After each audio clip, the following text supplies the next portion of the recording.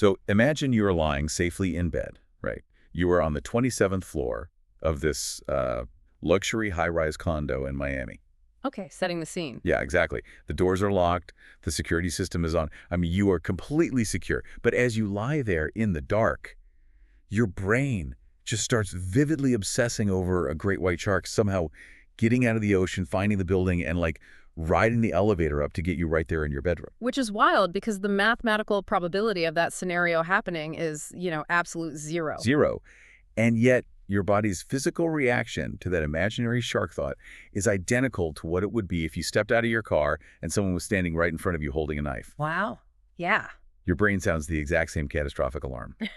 So today we are taking a deep dive into some highly provocative insights from Gary Brecka's Ultimate Human video series, specifically Episode 2. Right. It's a really fascinating one. It really is. We are looking at this material with you, the listener, because the mission of this deep dive is to explore this somewhat controversial theory. What if the overwhelming panic you might be feeling isn't a psychological failing, but a hidden biological deficiency? And we really need to look at the statistics presented in the source material because they paint a picture of a massive societal issue. Yeah, they are pretty staggering. Right. The video cites estimates suggesting that up to 45% of the population will suffer from anxiety at some point in their lives, and 33% suffer from chronic ongoing anxiety. 33%. Yeah, we are talking about 1 in 3 people navigating their daily lives in this state of heightened alarm. Okay, let's unpack this. Because the central premise of this video, like the real paradigm shift that the creator is arguing for, is a massive pivot in how we view that suffering. Exactly. The question posed to the audience is basically this. What if your anxiety isn't a psychiatric condition happening to you, but a physiological malfunction happening within you? That distinction right there reframes the entire conversation around mental health. Totally. Because if the video's premise holds true, and this is happening within the mechanics of the body, we are no longer just looking at, psychological triggers or childhood trauma or environmental stressors. Right. We're talking biology. Exactly. We have to look at cellular biology. But before we can diagnose that hidden internal cause, we first have to understand the underlying programming of the brain during an anxious moment. And the source points out a fundamental flaw in that programming, right? Like, as much as we like to view ourselves as these highly evolved, hyper-rational beings who can just think our way out of anything, the human brain is actually deeply primal. Deeply primal. Its baseline operating system is entirely built around survival. Right. And that primary directive obviously kept early humans alive. But the critical flaw highlighted in the material is the brain's complete inability to distinguish between a perceived threat and a real physical threat. Which brings us back to the knife and the shark. Exactly. If someone pulls a knife on you in a parking lot, your body needs to react instantaneously to survive. I mean, your conscious mind doesn't have time to weigh the pros and cons of running away. No, the biological response just takes over. And what's fascinating here is the sheer mechanics of that alarm system. Walk us through that. So when your brain perceives a threat, it instantly floods your system with a specific category of neurotransmitters called catecholamines. Okay, so for you listening, we're basically talking about your classic fight-or-flight chemicals here, right? Yeah, exactly. Like dopamine, epinephrine, and norepinephrine, which most people simply know as adrenaline. Spot on. And when the brain dumps these chemicals into your bloodstream, your physical reality is violently altered. I mean, your pupils dilate to let in more light so you can spot the danger. Well, right. Your heart rate skyrockets to pump oxygen to your muscles. Blood literally rushes away from your digestive organs and out to your extremities, so you are physically prepared to fight for your life or sprint away. So you are experiencing a profound visceral fear response. And because this alarm system is entirely chemical and physical, it completely bypasses your higher reasoning centers. Like the frontal lobe, where you do your logical thinking, is essentially muted while the primal brain just takes the wheel. Which perfectly explains why standard environmentally focused treatments are just trying to, talk it out so often, fail for people experiencing this specific type of anxiety. You can't debate with adrenaline. You really can't. The video actually establishes a very strict rule based on this biology, which is that you should never try to reason someone out of a panic attack. Which makes sense. The creator uses a very grounded analogy to explain why logic is totally useless here. The balcony one, right? Yeah, the balcony analogy. Yeah. Think about someone who is completely terrified of heights. If they are standing on the edge of a 30th floor balcony, Their body is screaming that they're in mortal danger. They're flooded with those catecholamines. If you stand next to them and start reciting the structural engineering specifications of the handrail, like telling them mathematically how much weight it can hold, what kind of steel was used, and statistically how safe they are, it is going to do absolutely nothing to stop their panic. Nothing at all. Logic does not neutralize a chemical flood. To their nervous system, the threat is an undeniable physical reality. So what does this all mean for the listener? I mean, if you were listening to this right now, how do you know if your anxiety is just an external reaction to a stressful environment, or if it is this hidden physiological condition the source is talking about? Well, the video actually provides a diagnostic checklist designed to isolate the root cause. Okay, let's go through that. The creator suggests looking at your history for 3 distinct patterns. The first indicator is longevity. Yeah. Have you experienced anxiety on and off your entire lifetime? So not just a bad week at work. Right. This isn't about having a stressful month or dealing with a difficult life transition. This is about a lifelong, persistent undercurrent of panic. Got it. And the second indicator is the lack of a specific trigger. Like, does the panic happen when you are completely safe? Yeah, the unprompted ones. The video gives the example of being on the dream vacation of a lifetime, right? You're surrounded by people you love, sitting on a beautiful beach, and suddenly you're overwhelmed with a crushing sense of anxiety. Or just driving home on a completely normal, innocuous Tuesday and feeling your heart rate just explode. That unprompted, spontaneous nature really suggests the alarm is going off without an external fire, so to speak. Right. And the third indicator. The third indicator the video points to involves medication. Have traditional anti-anxiety medications failed you? The source notes that for people with this specific internal condition, standard pharmaceutical interventions often don't resolve the underlying panic. They just leave the person feeling like a zombie, according to the video. Exactly. Which makes me want to pause and look closer at that claim. Why would standard medications fail so completely, or just numb the person out, if they are designed specifically to treat anxiety? Well, according to the framework presented in the video, many standard medications are designed to alter how the brain interacts with its environment, or they work to broadly suppress central nervous system activity. Okay. But if the threat isn't in your environment to begin with, and the anxiety is being caused by an internal mechanical failure, those medications are targeting the wrong mechanism. Oh, I see. They are turning down the volume on your whole brain rather than fixing the broken alarm switch. Here's where it gets really interesting. If you fit that profile, lifelong anxiety, no environmental trigger, and medications just missing the mark, the video argues that your anxiety is almost certainly coming from a mechanical failure inside your biology. Yes, and the video attributes this failure to a specific genetic mutation called MTHFR. MTHFR. Right, and referring back to those initial statistics, the creator states that up to 44% of the population carries some variation of this gene mutation. Okay, wait. I have to push back here for a second because this sounds a bit, I don't know, reductionist. Oh. Well, we are talking about severe, sometimes debilitating psychiatric conditions. Yeah.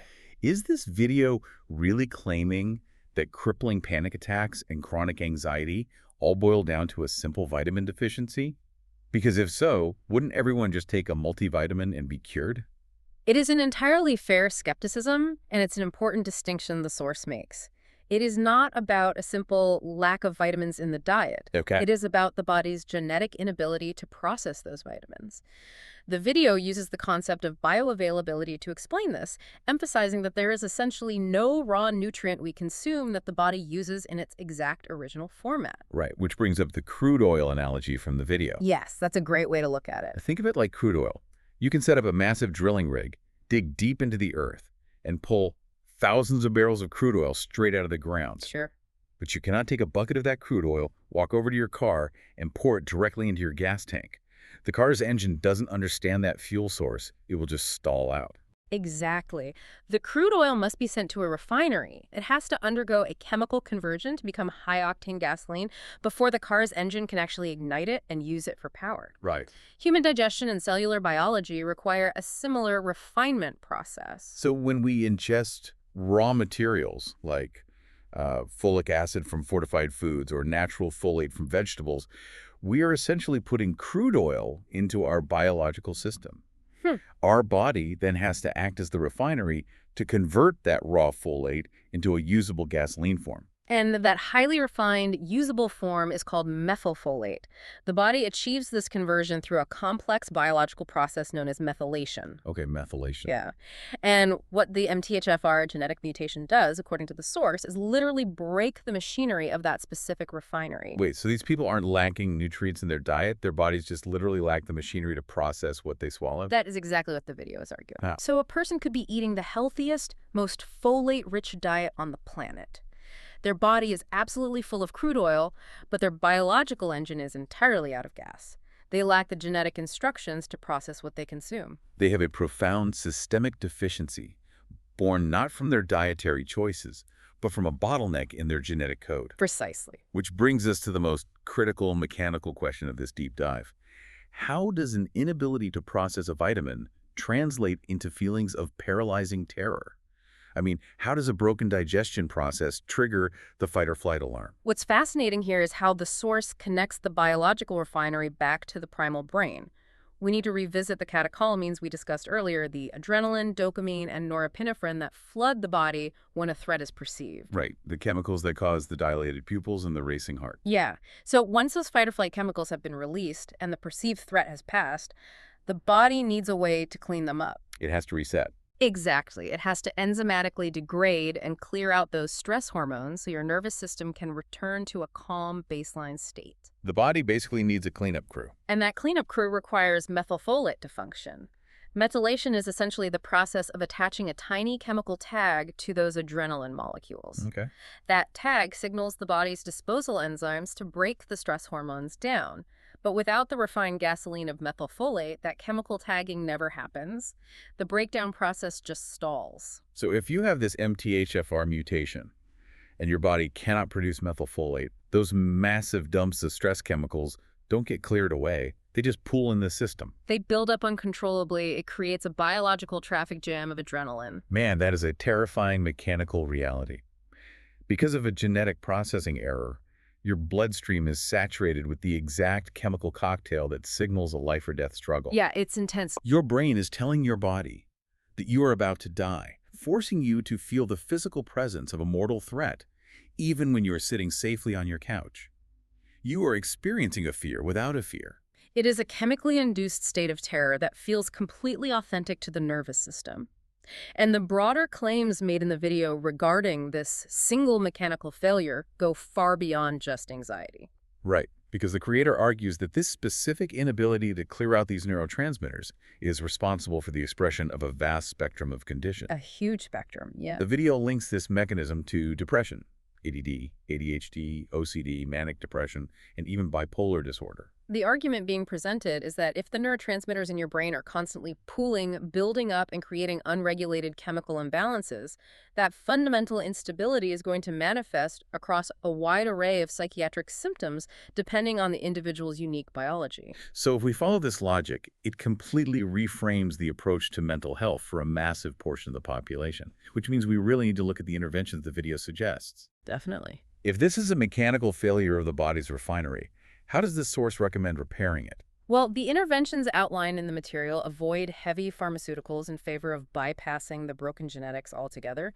Testing for the mutation, according to the video, is highly accessible. Yeah, the creator points out that finding out if you have this specific genetic bottleneck requires nothing more than an at-home cheek swab. Just a simple Q-tip swab. Right. You send the sample to a lab, and they sequence your DNA, specifically looking for the MTHFR mutation and its variations. And if the test reveals that you are among the population lacking the machinery to refine that biological crude oil, the video recommends a specific over-the-counter supplementation protocol. The strategy is brilliantly simple in theory, actually. You stop trying to fix the refinery and just give the body the pre-converted gasoline. Exactly. Bypass the bottleneck. The video points to supplementing directly with 5-methylfolate alongside an amino acid called SAME, which stands for S-adenosyl methionine. SAME acts essentially as a methyl donor in the body, providing the necessary chemical components to jumpstart that stalled degradation process we talked about earlier. Right.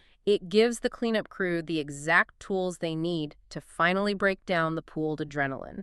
We do have to pause here, though, and remind everyone listening that we are analyzing claims made in a video series. This deep dive is an exploration of a theory, not medical advice. Absolutely. The source explicitly notes that implementing these supplements requires professional medical supervision, as the specific dosages depend heavily on an individual's body weight, their unique blood work, and the severity of their symptoms. Yeah, consulting a physician is non-negotiable when altering neurochemistry. However, the video creator does lean heavily on clinical data to validate this protocol. Right, the study they mentioned. Specifically, they cite a study published in the Journal of Integrated Medicine. And the outcomes from that specific study, as presented in the video, are incredibly striking. They tracked patients utilizing this exact non-pharmaceutical intervention, bypassing the mutation by supplementing with methylfolate and SAMe, and found that 4 out of 5 enrolled patients experienced very positive outcomes. An 80% improvement rate in that specific cohort. That's huge. Yeah, it really is. For the video's creator, this data is positioned as proof of concept. It supports their premise that for many individuals, the root of the crisis is physiological starvation of necessary nutrients, rather than an intractable psychological flaw. But the video doesn't just isolate the problem to genetics and supplements. There's a much wider lens applied to how our environment plays into this chemical starvation. Right. If we connect this to the bigger picture, the source points out that historically human beings naturally introduced the raw materials needed for methylation through their diet. Things like cruciferous vegetables, dark green leafy vegetables, and whole unprocessed ingredients naturally provide the folate the body desperately needs to regulate those catecholamine levels. This raises an important question, and it leads to one of the most alarming observations made in the video. We are currently witnessing a massive modern spike in learning disabilities, ADD, ADHD, and severe mood disorders, particularly surging among younger demographics. And the creator draws a direct, unignorable correlation between that spike in psychiatric diagnoses and the fundamental shift in our food supply over the last few decades. Yeah, the processed food issue. Our modern, highly processed food landscape has been systematically stripped of these exact raw nutritional materials. We are quite literally starving our biological refineries of the basic building blocks required to turn off the brain's panic alarm. The video frames it as a systemic compounding crisis. We are looking at a population where up to 44% might already possess a genetic bottleneck, hindering their ability to process nutrients. Right. And we are simultaneously feeding them a diet that is heavily deficient in those very same nutrients. The source argues that this creates the perfect storm for a widespread, chemically induced mental health epidemic. Wow. We have covered an immense amount of ground today, unpacking the claims from this episode of The Ultimate Human. Let's trace the arc of the theory we've just explored. Sounds good. We began by looking at the primal, survival-driven nature of the brain and its inability to distinguish between the reality of an attacker and the terrifying illusion of an elevator shark. We examine the mechanics of the catecholamine chemical dump and why trying to use logic and reasoning to stop a physiological panic attack is entirely futile. Right. Then we walk through the diagnostic indicators, lifelong history, lack of environmental triggers, and the failure of traditional medications to help differentiate between external stress and internal biological failures. Which led us to the mutation. Exactly. We broke down the concept of bioavailability using the crude oil analogy, detailing how the MTHFR genetic mutation breaks the body's ability to refine folate into usable methylfolate. We explored the underlying mechanism of how that broken refinery prevents the biological cleanup crew from degrading adrenaline, resulting in a pooling of stress chemicals that causes a very real, visceral fear, even when there is absolutely nothing threatening in the environment.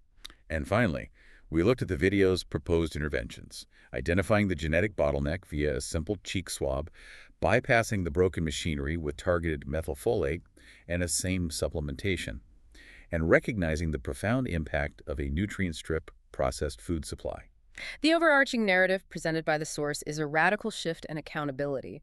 It moves the burden of anxiety away from abstract psychological willpower and places it squarely in the realm of treatable cellular mechanics. So to you, the Yep. listener, if you have spent your life battling unexplainable spontaneous panic, if standard interventions have missed the mark, leaving you feeling numb or hopeless, Yeah. the core message from this deep dive into Gary Brecka's theory is that your anxiety might not be a failure of your mind. It might not be some incurable mental weakness. It could simply be a highly treatable genetic traffic jam happening in the background of your biology. I want to leave you with a final thought to mull over, something that builds on the broader implications of what the creator presented today. Okay, what is it? The video drew a very sharp line connecting our increasingly deficient, highly processed modern food supply to the massive observable spike in childhood psychiatric conditions. The starvation of the biological refinery. Exactly.